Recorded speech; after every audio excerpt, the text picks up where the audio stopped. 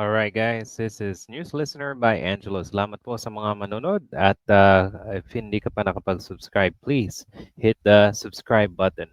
Okay, so pag-usapan naman natin yung meron akong nakitang balita galing sa Vera Files at ang sabi dito, Senator Judge Napoles. Kung natatandaan nyo si Napoles, yung si Janet Napoles ay nakulong dahil sa PDAP scam, di ba? At hindi lang nadali dito si Bong Revilla, si sino pa? Si Jinggoy, tapos si Manong Enrile ay dawit pa nasa listahan pala dito si Joel Villanueva at saka si Dante Marcoleta. Okay? So pag-usapan natin 'yan guys dito sa Vera Files. Sabi dito, in 2016, COA barred another list after investigating pork barrel funds allocated from 2007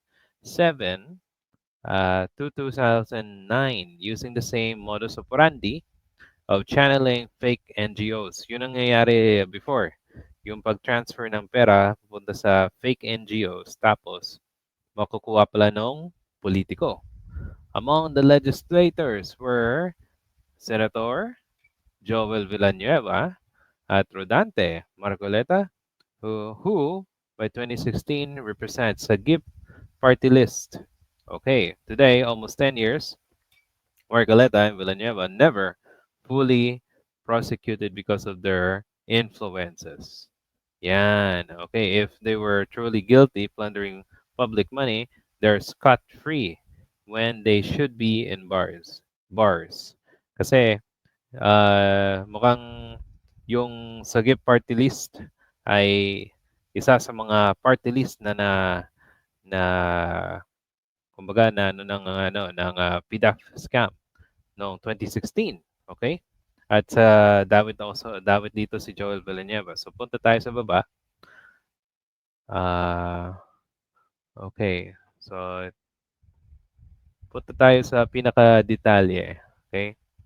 Okay. Sabi dito, it was related to the Janet Napoles issue of legislators pocketing their pork barrel funds. In 2014, COA announced that 200 million pork barrel funds of senators, of a senator, seven party list, representative, and other congressmen were coursed through the National Agricultural Fisheries Council. So yung pera na 200 ay na-transfer papunta sa NAFC. Okay? At sabi dito, isang senador, 7 party list representative, at ibang congressmen. Okay? From 2012 to 2023. And it was awarded to Suspicious NGO. O yan. Na-awarded daw siya sa mga non-government organization. Okay? Sa mga hindi siya parte ng gobyerno. So, who were the congressmen and one senator? Among them were, ito, si Juan Ponce. Yan. Si Sherwin Tugna ng Sibak.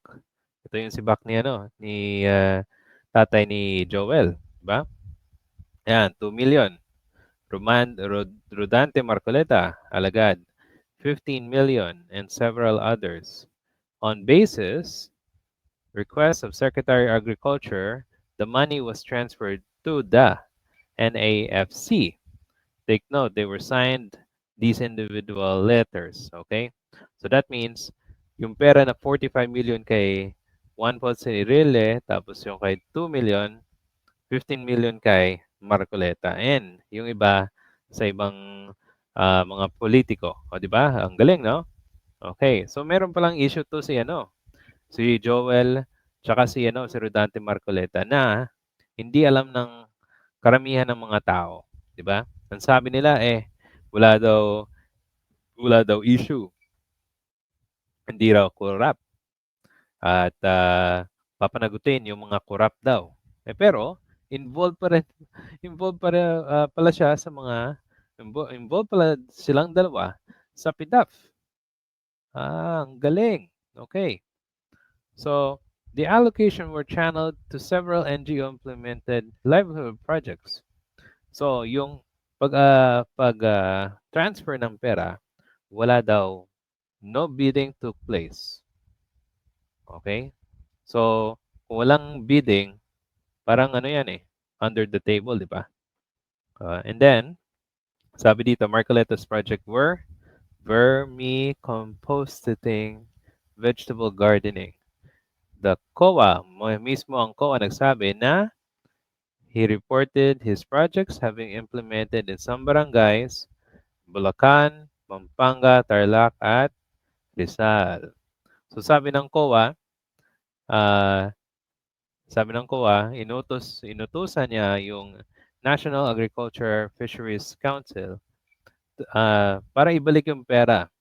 Ano nangyari? It never happened. Kasi yung pera nasa bulsa na, sabi ng verifiers dito. Oh, paano mo makuha yung yung perang na gastos na, 'di ba? Yan.